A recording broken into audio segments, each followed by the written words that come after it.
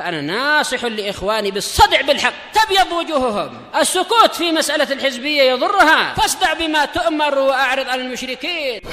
سلامي على دماج ورجالها والشيخ يحيى ودار العلم يا سعد بانيها. Bismillahirrahmanirrahim. Ini terjemahan sebagai berikut. Bahwasanya ini ada pertanyaan dari saudara kita yang utama, Anas dari India, hafizahullah, mengatakan, apa nasihat Anda untuk para penuntut ilmu pada zaman sekarang ini yang di dalamnya banyak fitnah yang terjadi di antara para ulama? Maka jawabannya dengan memohon pertolongan pada Allah adalah bahwasanya Allah tabaraka wa ta'ala menciptakan kita agar kita menyembahnya dan tidak menyekutukan dengannya sesuatu apapun. Sebagaimana dalam firman Allah Ta'ala, wa ma khalaqatul jinna wal insa illa liya'budun. Dan tidaklah aku menciptakan jin dan manusia kecuali agar mereka menyembahku. Dan ibadah itu mengandungi penghinaan diri yang paling tinggi dan kecintaan kepada Allah yang paling tinggi. Sebagaimana dikatakan oleh Syekhul Islam Ibnu Taimiyah rahimahullah, beliau mengatakan, akan tetapi ibadah yang diperintahkan itu mengandungi makna penghinaan diri dan makna kecintaan. Maka ibadah itu mengandungi puncak tertinggi penghinaan diri karena Allah, disertai dengan puncak tertinggi kecintaan untuk Allah, sebagaimana dalam Majmu'ul Fatawa. Dan ibadah itu kembalinya adalah kepada amalan, baik itu amalan lidah ataupun amalan anggota badan, amalan hati juga, zahir dan batin. Sebagaimana ma'ruf dari Syekhul Islam Ibnu Taimiyah rahimahullah, beliau mengatakan ibadah adalah sebuah nama yang mencakupi segala sesuatu yang dicintai dan diridhai oleh Allah, berupa ucapan-ucapan dan amalan-amalan yang batin dan yang lahir, batiniyah dan lahiriah, yang nampak dan yang tidak nampak. Tidak nampak dan nampak, selesai dari Majmu'ul Fatawa. Dan amalan yang paling agung dan paling utama, yaitu kalau kita sudah tahu tujuan diciptakannya kita adalah untuk ibadah, dan ibadah itu intinya adalah berupa amalan. Maka amalan yang paling agung dan paling utama adalah kecintaan, yaitu keimanan kepada Allah dengan iman yang benar. Sebagaimana diriwayatkan oleh Bukhari dan Muslim dari Abi Hurairah radhiyallahu anhu, bahwasanya Rasulullah shallallahu alaihi wasallam ditanya, amalan apa yang paling utama? Maka beliau menjawab, yaitu keimanan kepada Allah dan Rasul-Nya. Lalu beliau ditanya lagi, selanjutnya apa? Kemudian beliau menjawab, jihad fi sabilillah. Lalu beliau ditanya lagi, selanjutnya apa? Maka beliau menjawab, yaitu haji yang mabrur. Dan iman yang paling utama adalah kecintaan karena Allah dan kebencian karena Allah. Sebagaimana diriwayatkan oleh Abu Dawud dalam sunan beliau dengan sanad yang hasan dari Abi Umamah Al-Bahili radhiyallahu anhu, dari Rasulullah sallallahu alaihi wasallam, bahwasanya beliau bersabda, man ahabba lillah wa abghadha lillah wa a'ta lillah wa mana'a lillah faqad istakmalal iman. Barang siapa cinta karena Allah, membenci karena Allah, memberi karena Allah, melarang, menghalangi karena Allah, maka sungguh dia telah menyempurnakan keimanannya.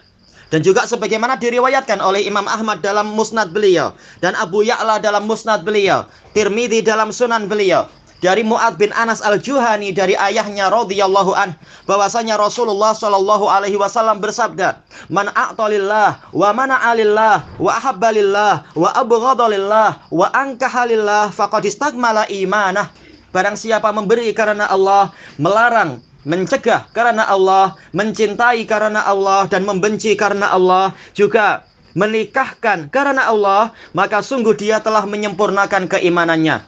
Hadis ini sanadnya hasan dan dia menjadi sahih dengan riwayat yang sebelumnya. Maka cinta dan benci karena Allah itu termasuk iman yang paling agung. Allah Ta'ala telah berfirman, la tajidu qauman yu'minuna billahi wal yaumil akhir yuwadduna man haddallaha wa rasulah walau kanu aba'ahum au abna'ahum au ikhwanahum au ashiratahum. Engkau wahai Rasulullah tidak mendapati suatu kaum yang beriman kepada Allah dan hari akhir, kemudian mereka saling cinta dengan orang yang menentang Allah dan Rasul-Nya, sekalipun mereka itu adalah orang tua mereka sendiri, atau anak-anak mereka sendiri, atau saudara mereka sendiri, ataupun kerabat mereka sendiri. Ulaika kataba fi qulubihimul iman wa ayyadahum biruhim min. Mereka itulah, yaitu orang yang tidak mencintai musuh-musuh Allah dan Rasul-Nya. Mereka itulah orang yang telah ditetapkan di dalam hati-hati mereka keimanan, dan Allah menguatkan mereka dengan ruh darinya, yaitu pertolongan dari Allah. Wa yudkhiluhum jannatin tajri min tahtihal anhar. Dan Allah memasukkan mereka ke dalam surga-surga yang di bawahnya mengalir sungai-sungai. Khalidina fiha, dalam keadaan mereka kekal di dalamnya. Radhiyallahu anhum wa radu an. Mereka ridha kepada Allah. Allah ridha kepada mereka dan mereka ridha kepada Allah. Ulaika hizbullah. Mereka itulah tentaranya Allah, golongannya Allah. Ala inna hizballahi humul muflihun. Ketahuilah, sesungguhnya golongan Allah mereka itulah yang paling beruntung, orang beruntung yang sebenarnya.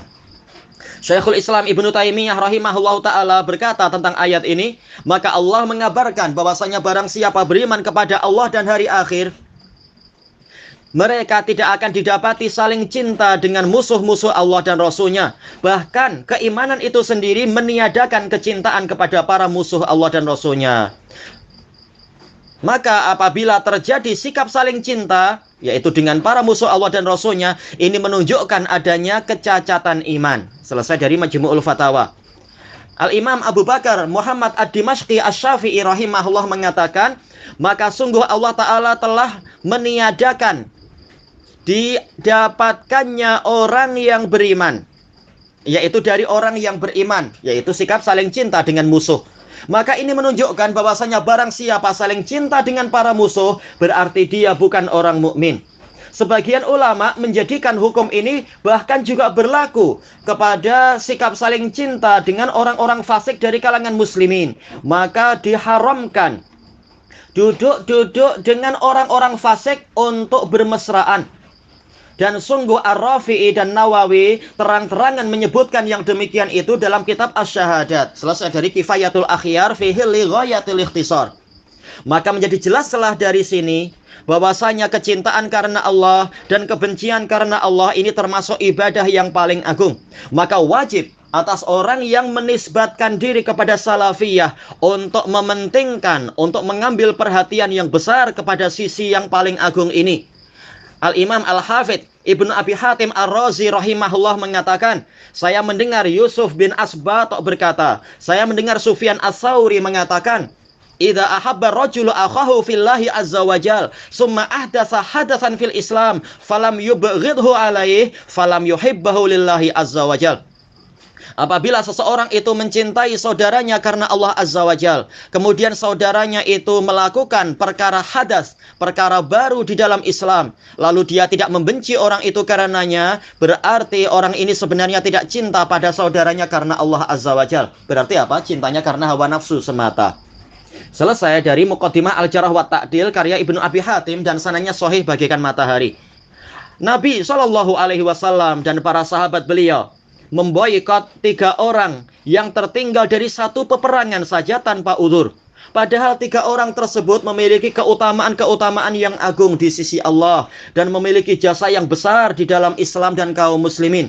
Maka bagaimana dengan orang yang sengaja menyelisihi manhaj? Apakah tidak lebih layak lagi untuk dimusuhi karena Allah sampai mereka bertaubat? Kemudian ketahuilah bahwasanya manusia itu tidak mampu untuk mengetahui mana sunnah dan mana bid'ah, juga tidak mengetahui mana sunni dan mana mubtadi', kecuali setelah menuntut ilmu, kecuali setelah dia mengetahui mana ahlul haq dan mana ahlul batil tatkala terjadi perselisihan-perselisihan. Berarti apa? Wajib belajar, wajib mengetahui. Hudzaifah ibnul Yaman radhiyallahu anhuma telah mengatakan, kana nasu yas'aluna Rasulullah sallallahu alaihi wasallam 'anil khair. Dulu orang-orang bertanya kepada Rasulullah SAW tentang kebaikan. Wa kuntu as'aluhu 'anis syarr. Sementara saya sering bertanya kepada beliau tentang keburukan, makhafata ayyudrikani. Karena saya khawatir keburukan itu menimpa diri saya. Ini diriwayatkan oleh Bukhari dan Muslim. Ini pentingnya apa? Untuk mengetahui fitnah, mengetahui mana yang benar, mana yang salah di dalam kekacauan. Tayyib, sebagaimana dikatakan oleh Abu Firas Al-Hamdani, Araftu syarra la li syarri walakin li tawaqqihi wa man lam ya'rifi syarra minan nasi yaqa' fihi. Saya mengenal keburukan bukan untuk berbuat keburukan, tetapi untuk menghindar darinya. Barang siapa tidak mengenal keburukan dari manusia, dia akan terjatuh ke dalamnya. Selesai dari Al-Himasah Al-Maghribiyah. Al-Imam Ibnu Syahin rahimahullah mengatakan, maka barang siapa tidak mengenal kebenaran, dia akan terjatuh ke dalam kebatilan. Sedangkan barang siapa mengenal kebatilan, dia akan menjauhinya. Tentunya apa? Dengan taufik dan pertolongan Allah. Sebagaimana dalam Syarah Madhahibi Ahli Sunnah karya Imam Ibnu Syahin. Syekhul Islam Ibnu Taimiyah rahimahullah mengatakan, barang siapa bersungguh-sungguh mencari kebaikan, dia akan diberi. Dan barang siapa bersungguh-sungguh menjauh, menghindar dari keburukan, dia akan dilindungi dari keburukan tadi. Tapi bagaimana cara tahu itu buruk? Tentunya dengan belajar, dengan mengetahui. Selesai dari Iqtida' Shiratil Mustaqim. Syekhul Islam Ibnu Taimiyah telah berkata, tatkala ada perselisihan di kalangan para pelajar, para pengajar, para pelajar, para dai, pendakwah dan sebagainya. Beliau mengatakan, apabila terjadi di antara pengajar yang satu dengan pengajar yang lain, atau murid yang satu dengan murid yang lain, atau antara pengajar dengan murid, persengketaan dan perselisihan, tidak boleh bagi satu orang pun untuk menolong yang lainnya, menolong salah satunya, sehingga dia tahu kebenaran. Maka dia tidak boleh menolong seseorang itu dengan kejahilan ataupun dengan hawa nafsu. Bahkan dia wajib untuk memperhatikan, bukan berbodoh ria atau membutakan diri atau tidak peduli. Bahkan yang dzurfih, yaitu apa? Memperhatikan, yang dzurfil amr, perhatikan dan merenungkan. Kemudian apabila telah jelas baginya mana kebenaran, dia wajib menolong orang yang benar untuk menghadapi orang yang keliru. Sama saja orang yang benar itu teman dia ataukah teman orang lain.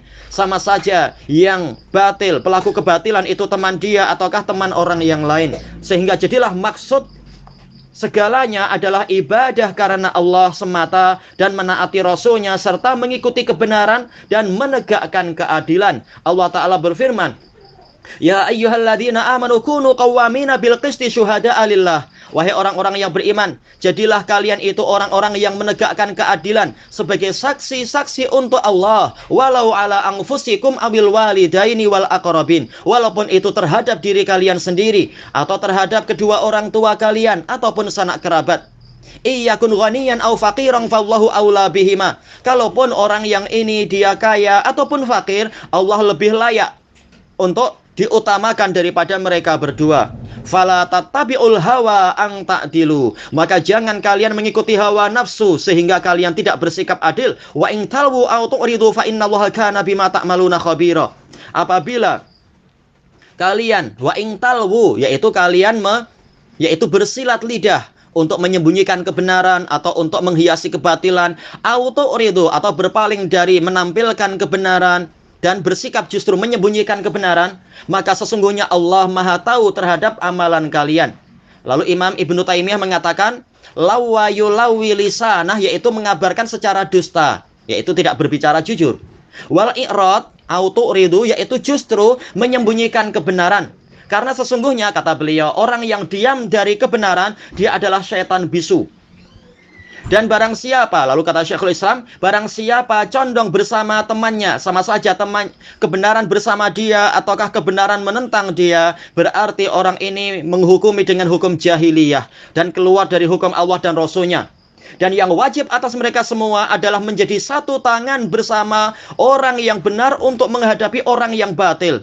Sehingga jadilah yang diagungkan menurut mereka adalah orang yang diagungkan oleh Allah dan Rasulnya. Dan orang yang diutamakan menurut mereka adalah orang yang diutamakan oleh Allah dan Rasulnya. Dan jadilah orang yang dicintai menurut mereka adalah orang yang dicintai oleh Allah dan Rasulnya. Sedangkan orang yang dihinakan menurut mereka adalah orang yang dihinakan oleh Allah dan Rasulnya.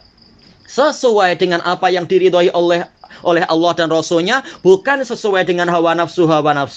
Karena barang siapa taat kepada Allah dan Rasulnya, sungguh dia telah mendapatkan kelurusan. Dan barang siapa durhaka kepada Allah dan Rasulnya, maka dia tidak merugikan kecuali dirinya sendiri. Maka inilah dia prinsip yang wajib untuk kita bersandar kepadanya. Selesai dari Majmu'ul Fatawa. Baik, perkara inilah prinsip, termasuk dari prinsip Ahlus Sunnah wa Jamaah sebagaimana yang diisyaratkan oleh Syekhul Islam rahimahullah baru saja. Fadilatul Syekh Ahmad Ibnu Yahya An-Najmi rahimahullah telah ditanya, apa hukum ahlu sunnah yang bersikap mutawakif, yaitu menahan diri, tidak memberikan keputusan di dalam fitnah-fitnah yang terjadi antara ahlul ahwa dengan ahlu sunnah. Maka beliau menjawab rahimahullah, barang siapa dari penuntut ilmu yang melakukan tawakuf, tidak memberikan keputusan, justru sikapnya adalah sikap kebingungan atau irtibar, yaitu dia masih kacau. Dia tidak tahu, kata beliau, siapa dari dua kelompok ini yang di atas kebenaran dan siapa yang di atas kebatilan. Maka hendaknya dia diajari dan diterangkan kepadanya keadaan yang sebenarnya dari ahlul ahwa, berupa apa? Jauhnya dia dari kebenaran, dan bahwasanya justru ahlul ahwa tadi memusuhi ahlul haq. Dan barang siapa bersikeras di atas perbuatannya tadi setelah dijelaskan, maka dia digabungkan kepada ahlul ahwa, yaitu orang yang setelah diberi keterangan masih memilih untuk tawakuf, maka dia digabungkan dengan ahlul ahwa. Selesai dari Al-Fatawa Al-Jaliyah karya Fadilatul Syekh Ahmad bin Yahya An-Najmi. Maka mengenal fitnah-fitnah ini bukan termasuk dari penyia-nyiaan waktu, dan bukanlah usaha untuk mengetahui kebenaran dan kebatilan demi menolong kebenaran untuk menghadapi kebatilan, dan agar selamat dari kebatilan itu termasuk dari penyia-nyiaan kesempatan dan umur. Ya, bukan termasuk itu. Bahkan ini termasuk dari prinsip ahlu sunnah wa jamaah, dan termasuk dari simpul iman yang paling kuat, dan termasuk ibadah yang paling utama.